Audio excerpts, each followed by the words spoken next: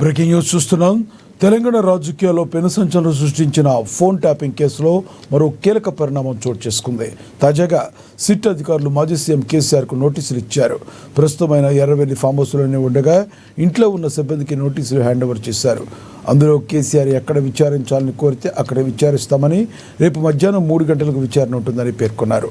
మరోవైపు కేసీఆర్కు నోటీసులు అందడంతో కేటీఆర్తో పాటు హరీష్ రావు, పార్టీ ముఖ్య నేతలు ఎర్రవెల్లి ఫామ్ హౌస్కు బయలుదేరారు. సిట్ నోటీసులపై ఎలా స్పందించాలనే దానిపై కేసీఆర్తో కలిసి వారు లీగల్ టీంతో భేటీ కాబోతున్నట్లుగా సమాచారం. దీనిపై మరింత సమాచారం మా ప్రతినిధి హరీష్ అందిస్తారు. హరీష్, చెప్పండి, మీ దగ్గర ఉన్న తాజా సమాచారం ఏంటి?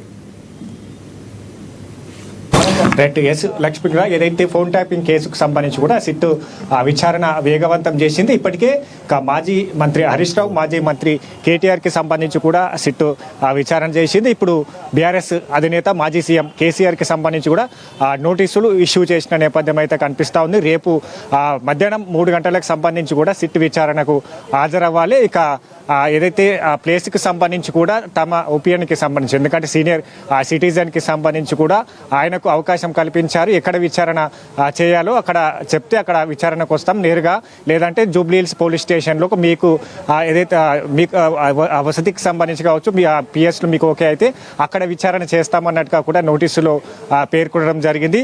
ముఖ్యంగా రేపు మధ్యాహ్నం 3 గంటలకు సంబంధించి కూడా మాజీ సీఎం కేసీఆర్కి సంబంధించి కూడా విచారణ చేరున్న నేపథ్యం అయితే కనిపిస్తూ ఉన్నది. ఇక ప్రధానంగా ఫోన్ ట్యాపింగ్ కేసులకు సంబంధించి కూడా పలు కీలకమైన అంశాలపైన కూడా సిట్ ఏదైతే స్టేట్మెంట్ రికార్డ్ చేస్తూ ఉన్నది. ప్రధానంగా ఇప్పటికే మాజీ మంత్రులు హరీష్ రావు, కేటీఆర్కి సంబంధించి కూడా ప్రశ్నల వర్షం సంధించిన నేపథ్యం అయితే కనిపిస్తూ ఉంది. ఇక ఏదైతే గత ప్రభుత్వంలో ఎన్నికల ముందుకు సంబంధించి కూడా బీఆర్ఎస్ పార్టీకి వచ్చిన ఎలక్ట్రల్ రూపంలో వచ్చిన బాండ్స్ కావచ్చు, నిధులకు సంబంధించి కావచ్చు, ఒక ఛానల్ సంస్థ ఎండి శ్రవణ్ రావుకి సంబంధించి కూడా తన అకౌంట్ నుంచి నేరుగా బీఆర్ఎస్కి పార్టీకి సంబంధించి కూడా నిధులు జమ ఎందుకు చేయడం జరిగింది, అకౌంట్కి సంబంధించి కూడా ఎందుకు ఆ నగదును ట్రాన్స్ఫర్ చేయవలసి వచ్చిందనే అంశాలపైన కూడా సిట్టు సుదీర్ఘంగా విచారించింది. దీంట్లో ఇరువురిని సంబంధించి కూడా ఇవే అంశాలపైన కూడా ప్రస్తావించడం జరిగింది. ప్రధానంగా ఫోన్ ట్యాపింగ్ అంశానికి సంబంధించి కూడా గత ప్రభుత్వంలో దాదాపుగా 8,000 ఫోన్లకు సంబంధించి కూడా ఆ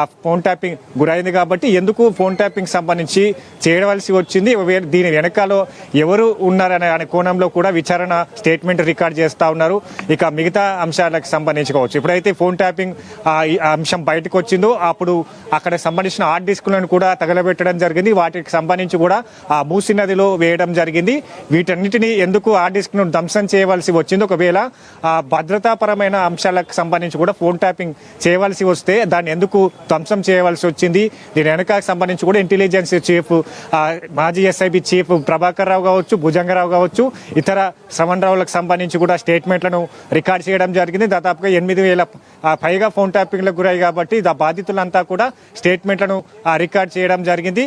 ముఖ్యంగా ఈ అంశాలకు సంబంధించి కూడా రేపు మాజీ సీఎం కేసీఆర్ని కూడా ప్రశ్నించేందుకు సిద్ధంగా ఉందని చెప్పి, ఎందుకంటే ఒక సీఎం హోదాలో కొనసాగుతున్న వ్యక్తికి సంబంధించి కూడా ఉదయం ఏదైతే ఇంటెలిజెన్స్కి సంబంధించి కూడా బ్రీఫింగ్ ఉంటుంది. ఇంటెలిజెన్స్ చీఫ్ సీఎంకి ఏదైతే రాష్ట్రంలో ఉన్న పరిస్థితులకు సంబంధించి కావచ్చు, ఏదైనా ధర్నాలు, రాస్తారోకలకు సంబంధించి కావచ్చు, ఇతర విపత్తులకు సంబంధించి కూడా ఏదైతే ఈ ఇంటెలిజెన్స్కి సంబంధించి కూడా బ్రీఫింగ్ ఇస్తారో ఆ బ్రీఫింగ్కి సంబంధించి కూడా అప్పుడు ఏదైతే ఇంటెలిజెన్స్ చీఫ్గా కొనసాగిన వారు సంబంధించిన అధికారి ఇచ్చిన స్టేట్మెంట్ ఆధారంగా రేపు మాజీ సీఎం కేసీఆర్ని ప్రశ్నించేందుకు సిద్ధంగా ఉందని చెప్పొచ్చు.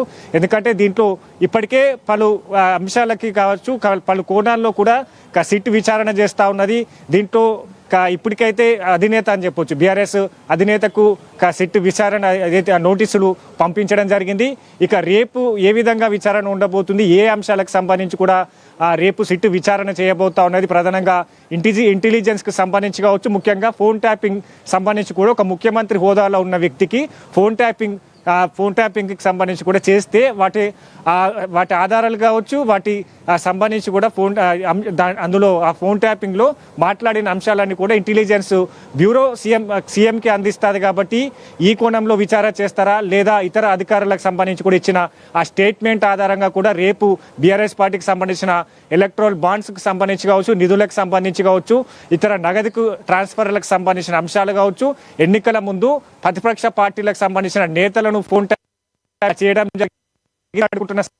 సమస్యలన్నీ ఉన్నట్టుగా కూడా ఆరోపణలు ఉన్నాయి. సిట్ విచారణలో వాళ్ళ బాధితుల స్టేట్మెంట్లలో కూడా ఇవే అంశాలను ప్రస్తావించారు. ఇప్పుడు కొనసాగుతున్న ఆ పిసిసి చీఫ్ మహేష్ గౌడ్ సైతం కావచ్చు, ఇప్పుడు ఉన్న సీఎం రేవంత్ రెడ్డికి సంబంధించి కూడా అప్పుడు పిసిసి హోదాలో తన ఫోన్ కూడా ట్రాపింగ్ గురైనట్టుగా కూడా ఏదైతే సిట్ విచారణలో తెలిసింది. కాబట్టి ఈ ప్రతిపక్ష పార్టీలకు సంబంధించి అక్కడ బీజేపీకి సంబంధించిన ఇప్పుడు కొనసాగుతున్న కేంద్ర మంత్రులతో పాటుగా బీజేపీ